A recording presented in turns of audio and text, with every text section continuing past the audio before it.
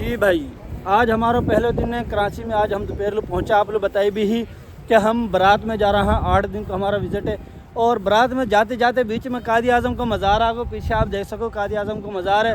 हमने कि चल ओ भाई हिन कायद आज़म सलामी कर चला, दुनिया यालू सलाम करे, जज यालू सलाम करा, वज़ीर आज़म यालू हमारा बेचारा भगो फिरे बिदलो, हम भी फिर कायद आज़म के दर पे आ गए।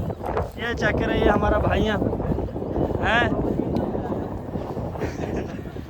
और बहुत ही प्यारा मौसम है कराची को। यकीन करो ठंडी हवा, आप देख रहा हो बदल और पीछे कायद आज़म को मज़ार, ये चेक करो। और ये देखो यार क्या बादल है और ठंडी हवा है बिल्कुल।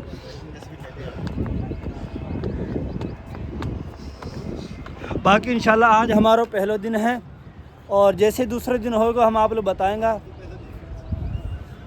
पहला दिन है यार, आज बारात हमारी कराची में पहुंची है, फिर हम आगे जाएंगे और इंशाल्लाह हम 7 दिन ने आप लोग गिनाएंगे। 7वें 8वें दिन हमारी बारात इंशाल्लाह दुल्हन लेके हम वापस। ये देखो